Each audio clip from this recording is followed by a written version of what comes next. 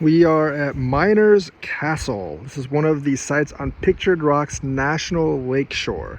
And we're going to talk about exchanges. I know there was a lot of wind in my last video, but this video is more wind-free because we're not on top of a mountain. We just have the beautiful landscape of Lake Superior, Pictured Rock's National Lakeshore, and Miners Castle. But we'll talk about exchanges right now.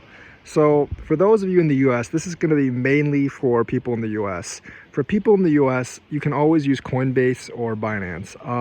They don't have that many coins right now, but most of the big coins they actually have. Binance just added 88 and a bunch of others, so you can actually use Binance. Ignore the little blue dot, that's just lens flare. If Coinbase and Binance don't have the coins you have, you can always opt for something like Bittrex. Now, Bittrex, I don't exactly know their list of coins that's not available for US customers, but if it's not, you might have to go elsewhere as well. But Bittrex has more coins than either Coinbase or Binance. If you can't find those three, then you'll have to go for something like BitTrue. The issue with BitTrue is I'm not really sure if it's completely compliant. They just kind of like, once we started complaining about it to their ambassadors, they just did something like, well, we're going to say we're compliant, and we just took off the part that we don't service US people. Now, the United States is a little different and funny when it comes to regulations for this stuff because you have to do it state by state. Just because you're compliant in California does not mean you're compliant in New York City. So that's a huge difference between the United States and other countries because the United States is technically a federation of states and each state is different. So BitTrue, I think, services everywhere except for like New York, Texas, and Florida. But if you live in one of those states, or if they don't even have the coins, you might have to go elsewhere as well. The issue with BitTrue is, like I said, I don't know if they're really compliant or they're just playing the gray area and betting that people won't come after them, which is actually a pretty good bet, honestly. And it gives them a chance to actually really expand in the markets because, you know, Coinbase, Binance, and Bittrex have to be completely compliant, which means BitTrue can have coins that they don't actually have. So outside of BitTrue, you're going to have to get a little more sketchy. Like with OceanX, you can get VeChain, but the issue with that is OceanX is not US compliant. You don't have to do the KYC, but if you don't do the KYC and something goes wrong and your funds get stuck, you are basically out of luck. So basically, it's like use at your own risk.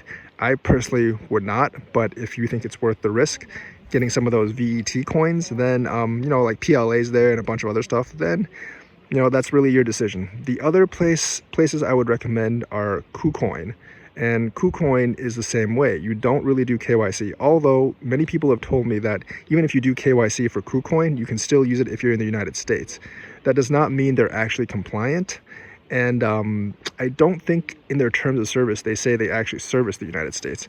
If they do not, however, and you decide to use them, something goes wrong and they hold up your funds, you are once again out of luck because you technically violated their terms of agreement. It's just like you can actually use the main Binance.com right now. I don't think it blocks US people right now, but if something goes wrong and your funds get held, then you are completely out of luck. So the last place you want to look at is IDEX. It is a decentralized exchange. The issue with IDEX is they don't really have any liquidity, so you might be buying the price up or dropping the price down when you buy or sell. That is like my option of last resort. For things like QNT, I might actually have to resort to an exchange like IDEX.